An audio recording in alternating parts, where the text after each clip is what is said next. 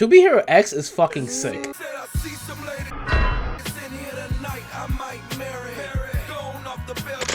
7 times 4 times the square root of 8. Oh, sorry, no, back to that.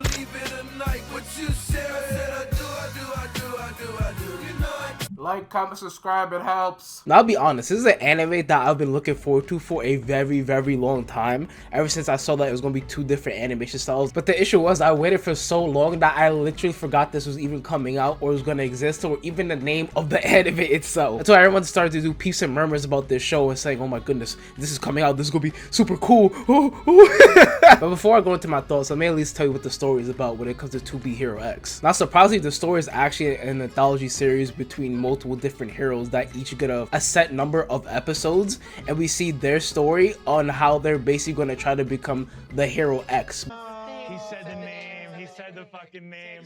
That's a pro. That's a pro, folks. Because being the Hero X means that you're the staple hero, the hero that everyone kind of looks up to and is the best of the best. With that added interesting concept of 2 different things. Trust and fear. Now, the heroes all work on trust. If you have a whole bunch of people that trust you, you have a number on your wrist, and that basically means that you're going to be stronger and more liked between all these different people. And fear is basically something that develops within people from seemingly bad events happening to them, or even just traumatic events happening to people where they feel like they've been wronged and they just have so much hatred inside their heart that they implode in a sense of being extremely evil and dark and broody, with them also seemingly to bitch, moan, and complain about their problems. And before I even get into the positive and negatives or even the characters and what I enjoyed about them, I want to like delve into this concept right here of fear as well as trust. Now, I really like the idea of this because it's extremely interesting, 1, and 2, it feels so silly that it feels like a comic book X thing to do. With a lot of heroes and villains when it comes to comic books, you either have trust in them and have faith that they're going to do the right thing and help us out in this dark time, and sort of the villains having this fear over all these people and the fear of what they might do to you. But seemingly the cool part when it comes to this power is that these people get it either from other people or themselves, from how they say something or how they want to do something or how they're looked at in a society, which is really interesting. But the silly part comes in, for example, right, this guy has his power to stand tall. Now, he cannot bend down because he has to stand tall all of the time. Now, that's some silly comic book bullshit if I've ever seen it. But it's also an idea that makes me think, because I'm like, this is an idea that could be easily manipulated by so many other means, which they delve into the story, and it's actually really fucking interesting. And even the origins of quote-unquote fear. Now, I honestly, at first, I thought it was gonna be like a half-baked idea as we're going through the show, but as I keep going through the show, it's like they're expanding upon it a little bit more and more with each story, making me appreciate what I'm watching, even though we're flickering back and forth through time, and that could be a little bit like, you know, confusing, but it's fine. I feel like it's also the time to get into one of the negatives I did have about this show. Now, one of the negatives was how fast the show was going. I felt like it was going lightning speed at times when it came to this show, and I was wondering, I was like, I'm enjoying what I'm watching and I like how it's going through, but it's going a bit too fast, and some parts feel a little bit less underdeveloped, but developed enough for me to enjoy it and still say that it is good. But it felt like I put it to 2 times speed at times, or I just skipped a little bit through certain parts,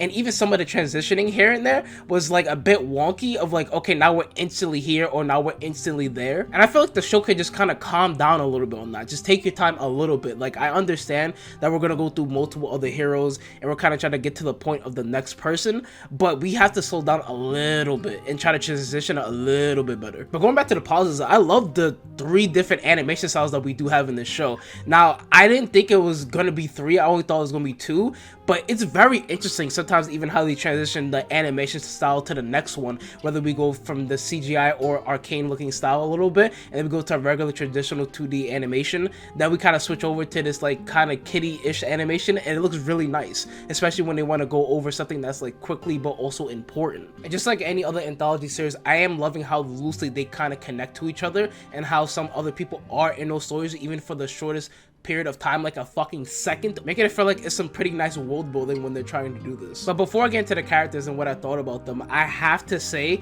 episodes 12, oh my goodness, that they put like $1 billion into that fight. That fight itself was magical. It was very much the definition of art. I think it might be best if we start from the beginning and work our way down. I felt like this first story best encapsulates the whole show, with us going into the ideas of fear as well as trust, and how they abuse the idea of trust, especially when it comes to the idea of being a hero, and how it kind of compares to the music industry, but more compares to the idea of you being an idol, like the ones from Korea and China, where they go through all these horrible things, whether it be just a training regimen of you not eating, as well as you singing from days on end and really just like straining the fuck out of your voice, as well as you practicing over and over and over for a dance move for all your fans and loving people that adore you, with you at the end of the day being treated more as an object than a human. Your ideas, your thoughts really don't matter. Just do what we're doing and stick to it. You want to be number one, right? Keep doing as I doing and doing as I say, and you'll get there. But the first story first starts with a character by the name of Lin Ling, who basically is advertisements for all of the heroes, and he basically is doing an advertisement for this hero Nice, and his boss hates it and he basically fires him. So when he fires him, he's like, damn, am I really just gonna kind of, you know, just GTA 5 myself off this building? And he sees Nice actually is right next to him and just jumps off a building, GTA 5 himself. He's like, what is going on? All of his people come up right behind him saying, what happened to Nice? Did he really just fall to his death? They don't want any witnesses, so they just take him, and then they found out, hey, he looks a lot like Nice. You know what? Let's make him actually into Nice. But by the end of the story, he basically gets found out for being not nice, and he ends up fighting a villain with being himself. The idea of you don't have to be other people to achieve your dreams and goals. As long as you are yourself and you strive for that goal, then you can do it. People will love and trust you for you being yourself, and by the end of it, Lin Ling actually gets rewarded by being his own hero, his own self, because they all love and appreciated him being himself. But I also really like this story too, because we also see that the boss that fired him is consumed by fear, and we get a real good deep look on how it works. And it makes me glad too, because he was a fucking asshole that basically was firing people because he didn't feel good about himself, about his life. So he said, you know what, fuck everyone else, is gonna make everyone else's life a living hell because I'm the boss. Like, you're an asshole. Again, me liking it because it's extremely silly and reminds me of some stupid dumb comic book nonsense. The second story starts off with a character by the name of Ying Ching, whose parents died, but he was saved by the hero by the name of Iso, and he wanted to be like Iso, so much to the point where like he goes to this little theater for kids and he dresses up as Iso and he pretends to be him and tries to entertain children, and works with a man that is his quote-unquote uncle at the shop. This is also another story that I liked a lot, because not only did we kind of have an upfall and a downfall for his character, because he ends up being Iso by the end of this story, but we see how easy it is to manipulate the situation of becoming a hero, and sort of how easy it is to force someone into that position and just kind of mold them into being a hero that, technically speaking, probably will destroy the world as it is. Also, how batshit insane the idea of his uncle really is, with him acting as this coffee guy and him just like saying, yeah, everything's gonna be good and fine and great, you should definitely try to fight Iso, and kind of just continue to push him down a darker and darker path until we get to the end of the story where we're like, oh, he's just like a really bad villain that wants everything to kind of be fucked. So like, okay. With the years of planning and the lengths he goes through, this is genuinely insane. For owning a fake coffee shop for years, for him getting underpaid and him feeling like he's like on a lower degree of life, from him having his friend die, it's a lot. And with all this, it just makes it very scary for how the world would be shaped if one of these people become X when they really should not become quote-unquote X. Then I also want to talk about Ying Ching as a character. He's one of those characters where you feel bad for. He was someone that got warped by all of his ideals of what he truly wanted and became a pawn in someone else's game. It felt like he only got consumed by fright, senseless fright.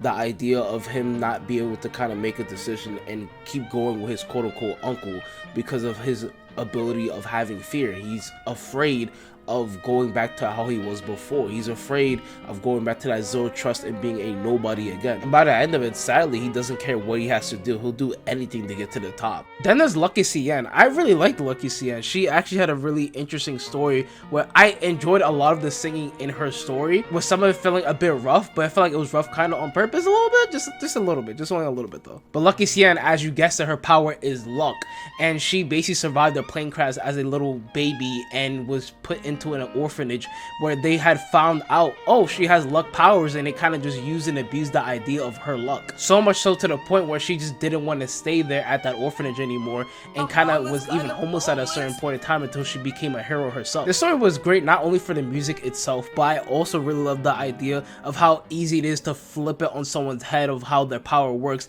and how you can push a narrative out there in the hero world of, hey, this person's power made everyone lucky, so it has to have so much disluck around everyone surrounding it. All these atrocities and bad things that are happening is all because of Lucky, and if we can believe that narrative, then it's either can be true, or it could just be a lie spread and make fear like go out there into the world and make it a worse place. But this story also showing that you should take things into your own hand, and when you're ready to go and when you're ready to leave, go ahead and do it, because these people don't really love you or appreciate you the way you think they do. And to just be wary of some people, because if you have something that they want or something that they can profit off of, they will take it and do it. And lastly, Queen, the person that seems like she's a prodigy from beginning to end, of her at the age of 14 graduating from a university and saying how I want to change the world and become a hero. What it seems to be is that she tries to put everything onto her own shoulders when there's so many other people around there supporting her and want her to actually succeed in her goal. But in her mind, it seems like the best course of action is to do it alone, because I can only rely on myself,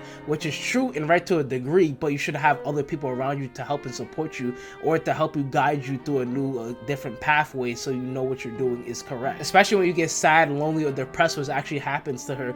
But with Lucky being there, she actually inspired her to get out of her depression. And just because things don't go your way the first or the second or the third time doesn't mean you don't have the opportunity to do it again and even do better than you did last time, or even achieve your goal. Queen seemingly is an unyielding spirit, and I wonder if she will actually reach the hero title of X. But after all that, this is all I got. Thank you guys for watching. Like, comment, subscribe, and I'll see you guys in the next one. Goodbye!